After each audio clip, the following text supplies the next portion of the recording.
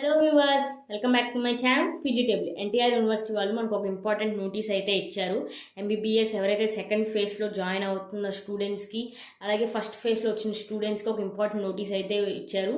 So video అయితే ఆలస్యం చేయకుండా స్టార్ట్ చేసేద్దాం. సో ఆ నోటీస్లో ఏముందంటే, ఫస్ట్ మనకి సెకండ్ ఫేజ్కి ఎన్ని సీట్స్ అవైలబుల్గా ఉన్నాయనేది మనకి నోటీస్లో ఇచ్చారు. So first total seats available after second counselling అంటే ఫస్ట్ ఫేజ్లో నాన్ జాయినింగ్ క్యాండిడేట్స్తో కలిపి సెకండ్ ఫేజ్కి ఎన్ని సీట్స్ మిగిలాయంటే 147 సీట్స్ ఉన్నాయి. సో ఫస్ట్ ఫేజ్లో ఎన్ని సీట్స్ ఫిల్ కాలేదు అంటే minority colleges, special category, so cap ఆ కేటగిరీస్ అన్నీ కలిపి ఫస్ట్ ఫేజ్లో ఎన్ని సీట్స్ ఫిల్ కాలేదంటే 174 సీట్స్ ఫిల్ కాలేదు. సో టోటల్గా సెకండ్ ఫేజ్కి వచ్చేసరికి మనకి 321 సీట్స్ అయితే అవైలబుల్గా ఉన్నాయి. అన్ని government, private medical colleges including cap అన్ని కేటగిరీస్ కలిపి. అండ్ నెక్స్ట్ ఫిఫ్త్ పాయింట్ ఏం చెప్తుందంటే, క్యాండిడేట్స్ ఎవరైతే ఫస్ట్ ఫేజ్లో కౌన్సిలింగ్లో జాయిన్ కాలేదో వాళ్ళకి సెకండ్ ఫేజ్ పెట్టుకునే ఎలిజిబుల్ అయితే కారు. అలాగే ఎవరికైతే వన్ టైం వెబ్ ఆప్షన్స్ మనకి ఫస్ట్ ఫేజ్లో పెట్టిన వెబ్ ఆప్షన్స్ థర్డ్ ఫేజ్ వరకు మనకి అవే రన్ అవుతాయి.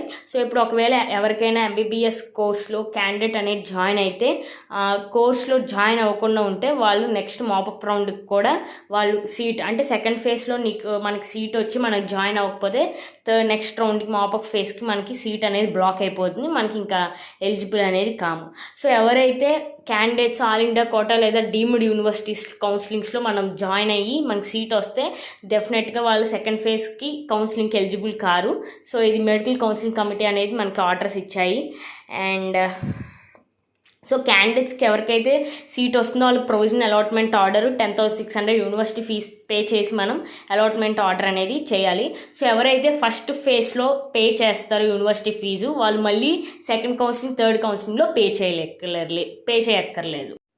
అండ్ నెక్స్ట్ వచ్చేసరికి క్యాండిడేట్స్ ఎవరైతే ఆల్రెడీ ఫస్ట్ ఫేజ్ కౌన్సిలింగ్లో జాయిన్ అవుతారో వాళ్ళు నెక్స్ట్ అంటే సెకండ్ ఫేజ్లో మనకి బెటర్ కాలేజ్ వస్తే మనం స్లైడ్ అవ్వడానికి మనం ప్రీవియస్ ఇయర్స్ కాలేజ్లో రిపోర్ట్ చేసేటప్పుడు ప్రిన్సిపాల్తో కానీ అక్కడ ఉన్న మేనేజ్మెంట్తో మనం ముందుగా చెప్పాలి.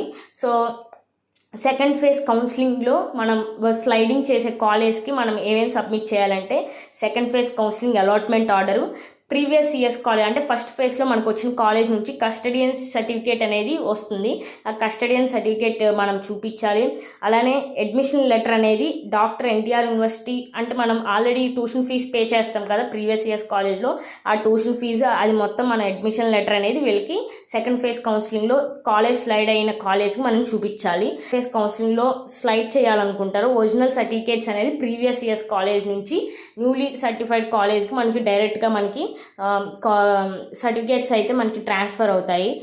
అండ్ ఎవరైనా క్యాండిడేట్ అనేవాళ్ళు కాలేజ్ నుంచి విత్డ్రా అవ్వాలి లేదా కోర్స్ నుంచి మనం విత్డ్రా అవ్వాలి అనుకుంటే యూనివర్సిటీకి పర్మిషన్ అంటే యూనివర్సిటీ పర్మిషన్ లెటర్ రాయాలి యూనివర్సిటీ ప్రిన్సిపాల్కి. సో ఒక నోటిఫైడ్ డేట్ వేస్తారు మనకి ఈ డేట్ నుంచి ఈ డేట్ కానీ.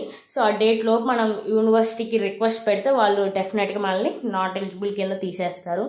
సో ఇది ఫ్రెండ్స్ ఎన్టీఆర్ యూనివర్సిటీ వాళ్ళు సెకండ్ ఫేజ్ కౌన్సిలింగ్లో కానీ థర్డ్ ఫేజ్ కౌన్సిలింగ్లో ఉన్న వాళ్ళకి మనకి ఇచ్చిన ఇంపార్టెంట్ నోటీసు.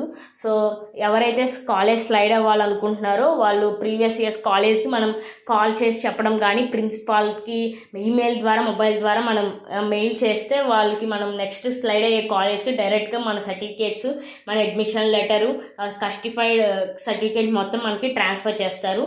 సో ఈ వీడియో నచ్చినట్టయితే like, share, comment and subscribe to my channel. Bell icon మాత్రం కొట్టడం మర్చిపోకండి. Thank you.